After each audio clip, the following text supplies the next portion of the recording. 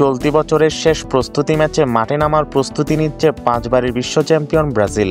এ মাসের 15 এবং 18 তারিখে সেনেগাল ও তিউনিসিয়ার বিপক্ষে বছরের শেষ দুটি ফ্রেন্ডলি ম্যাচ খেলবে আনচেলত্তির অধীনে ব্রাজিল। যুক্তরাষ্ট্র, মেক্সিকো এবং কানাডার যৌথ আয়োজনের বিশ্বকাপের মূল লড়াই সামনে রেখে এই দুই আফ্রিকান প্রতিপক্ষের বিরুদ্ধে ম্যাচকে বড় পরীক্ষার মঞ্চ হিসেবে দেখছেন ব্রাজিল দলের বর্তমান কোচ কার্লো আনচেলত্তি।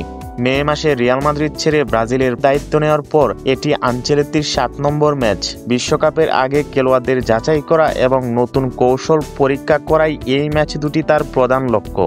দীর্ঘদিন জাতীয় দলের বাইরে থাকা নেইমার জুনিয়র গণমাধ্যমের তথ্য অনুযায়ী সাম্প্রতিক 1.5 মাস পর চোট কাটিয়ে ক্লাব ফুটবলে ফিরলেও ব্রাজিল স্কোয়াডে জায়গা পাননি। এর ফলে বিশ্বকাপে খেলার সম্ভাবনা আরও ক্ষীণ হচ্ছে। তবে লিভারপুলের সাবেক ডিফেন্সিভ মিডফিল্ডার ফাবিনহো 3 বছর পর ফিরেছেন ব্রাজিল দলে। সবশেষ ফ্রেন্ডলি ম্যাচে দক্ষিণ আমেরিকান দলটি এশিয়ার পাওয়ার হাউস জাপানের বিপক্ষে 3-2 গোলে হেরেছিল। প্রথমার্ধ পর্যন্ত 2 গোলে এগিয়ে থাকার পরেও ডিফেন্সের দুর্বলতায় হজম করে 3 গোল। অন্যদিকে সেনেগালকে বলা হয় লেস লায়ন অর্থাৎ তেরেঙ্গার সিংহ।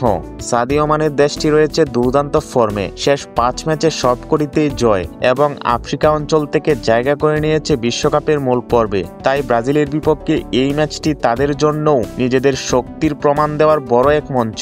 2 বছর আগে ব্রাজিল মুখোমুখি হয়েছিল সেনেগালের। সেই ম্যাচে 4-2 গোলের বড় ব্যবধানে বিধ্বস্ত হয়েছিল সেলেসাওরা। সম্ভাব্য ফরমেশন উভয় দলেরই পছন্দের ফরমেশন 4-4-3।